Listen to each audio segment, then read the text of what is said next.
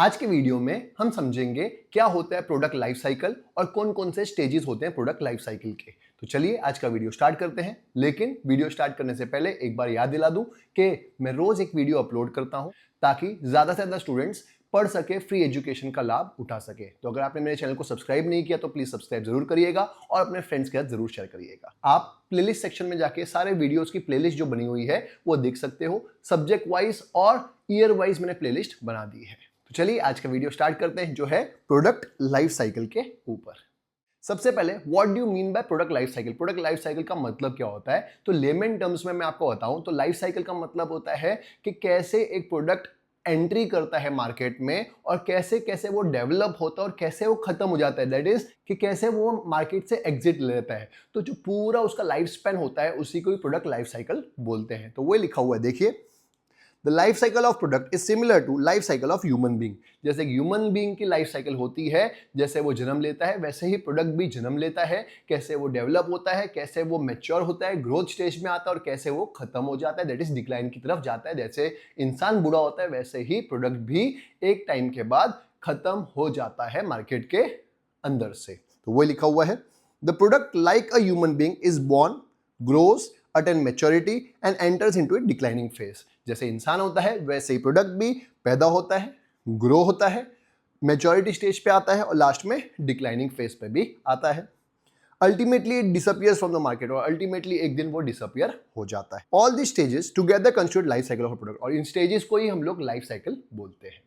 तो चलिए स्टार्ट करते हैं stages of product life cycle. सबसे पहला स्टेज आता है introduction stage. This is a stage in which a new product is first made available in the market. ये कैसा स्टेज होता है जहां पे प्रोडक्ट को पहली बार मार्केट में अवेलेबल कराया जाता है।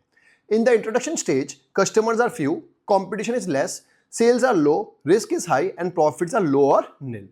अभी नया नया प्रोडक्ट आया इसलिए अभी लोगों को पता ही नहीं है प्रोडक्ट के बारे में। तो क्या है, अभी हमारे पास कस्टमर बेस बहुत ज्यादा नहीं है और फायदा ये है कि कंपटीशन भी बहुत ज्यादा नहीं है। जब हमारा प्रोडक्ट ही अभी लॉन्च हुआ है तो कैसे कॉम्पीट कोई कर सकता है।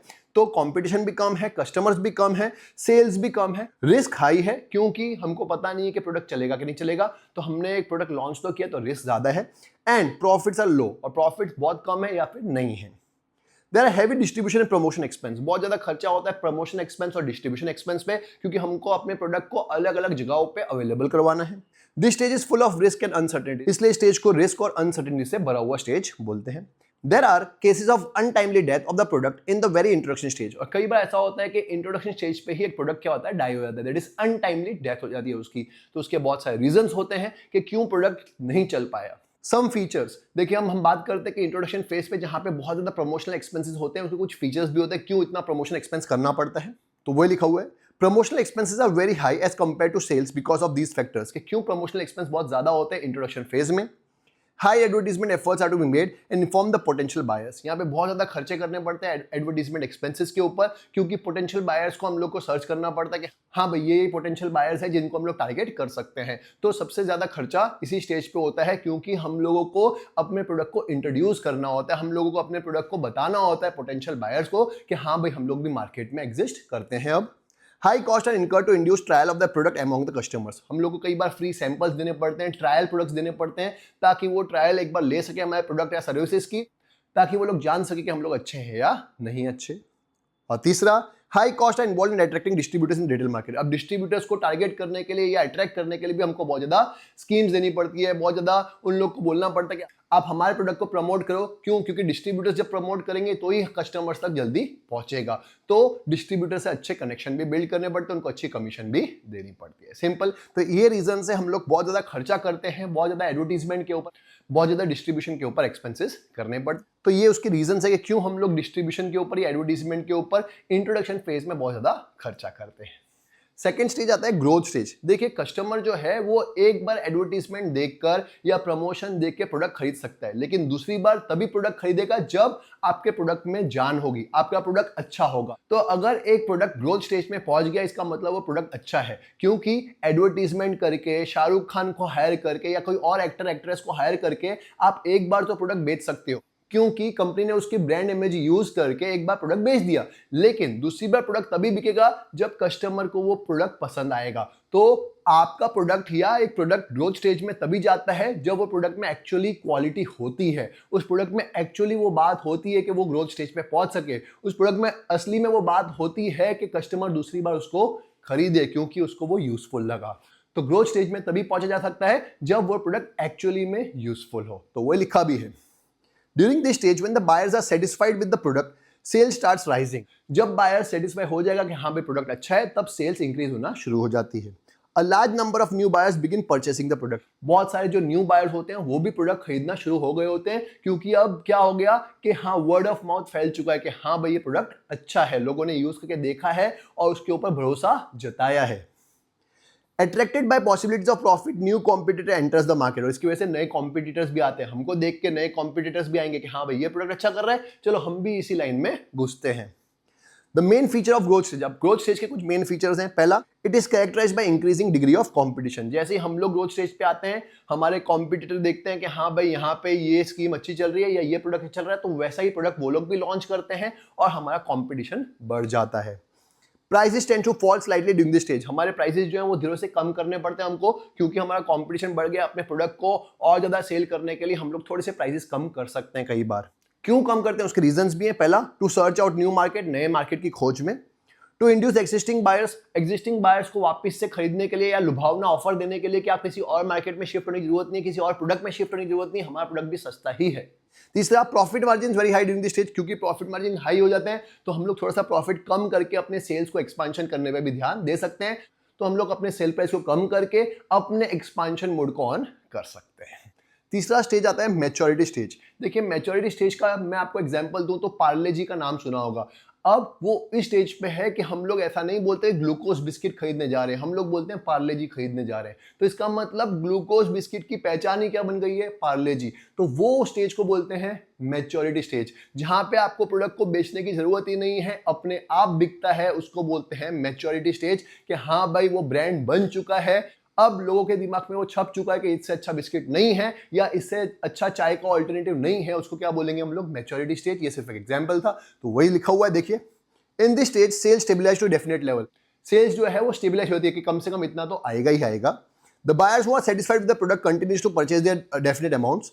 जो बायर्स हैं वो कम से कम इतना तो खरीदेंगे। सूनर और later supply exceeds the demand. Sooner और लेटर सप्लाई भी ज्यादा हो ही जाएगी हमारे डिमांड के कंपैरिजन में। The company takes steps to stimulate the demand to face competition through additional advertising and sales promotion।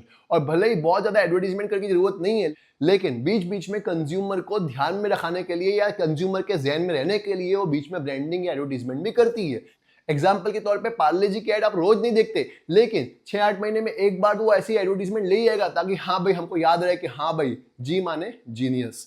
तो पार्ले जी वही स्टेज पे है मैच्योरिटी के, सिंपल। और लास्ट स्टेज आता है डिक्लाइन स्टेज।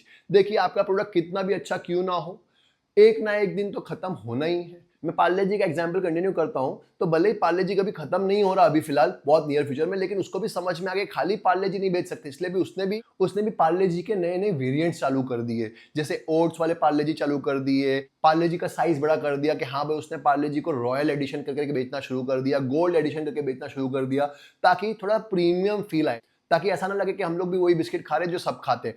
तो उसने रॉयल और गोल्ड के नाम से अपने पार्ले जी का सेग्रीगेशन कर दिया, ओट्स वाले पार्ले जी भी शुरू कर दिए, किस्मी वाले पार्ले जी भी शुरू कर दिए एंड सो ऑन। तो इसका मतलब क्या है, उसको भी पता है कभी ना कभी खत्म होगा, तो उससे पहले नए प्रोडक्ट को उसके रिप्लेसमेंट में लाना शुरू कर दो। इसी को बोलते हैं डिक्लाइन। देखिए आपका प्रोडक्ट कितना भी अच्छा क्यों ना हो, कभी ना कभी तो खत्म होता ही है। एग्जाम्पल के तौर पे सचिन तेंदुलकर की बात करते हैं, विराट कोहली की बात करते हैं। सचिन तेंदुलकर बहुत अच्छे क्रिकेटर थे, 24 साल क्रिकेट खेले, लेकिन कभी ना कभी तो रिटायर हुए ही। वैसे ही विराट कोहली के आप भी फैन होंगे, मैं भी फैन हूं, लेकिन हमको भी पता है कभी ना कभी वो भी रिटायर होगा, रोहित शर्मा भी रिटायर होगा, धोनी रिटायर हो ही गए हैं। तो इसका मतलब क्या है, डिक्लाइन तो आता ही है, ये दुनिया का नियम है, चाहे वो इंसान हो चाहे प्रोडक्ट हो। तो वो लिखा भी है, every product ultimately enters the decline stage. हर एक प्रोडक्ट भी एंटर करता है डिक्लाइन स्टेज पे। The decline may be slow for some products and rapid for others. कुछ प्रोडक्ट के लिए डिक्लाइन स्लो भी हो सकता है, जैसे मैंने एग्जांपल दिया पार्ले जी, और कुछ प्रोडक्ट के लिए वो बहुत फास्ट भी हो सकता है, सडनली खत्म हो जाते हैं, मार्केट से वैनिश हो जाते हैं। New product becomes effective substitutes, क्योंकि नए प्रोडक्ट आ जाते हैं उसके सब्स्टिट्यूट्स में। The current products lose buyer, जो करंट प्रोडक्ट्स होते हैं उसके बायर्स खत्म हो जाते हैं।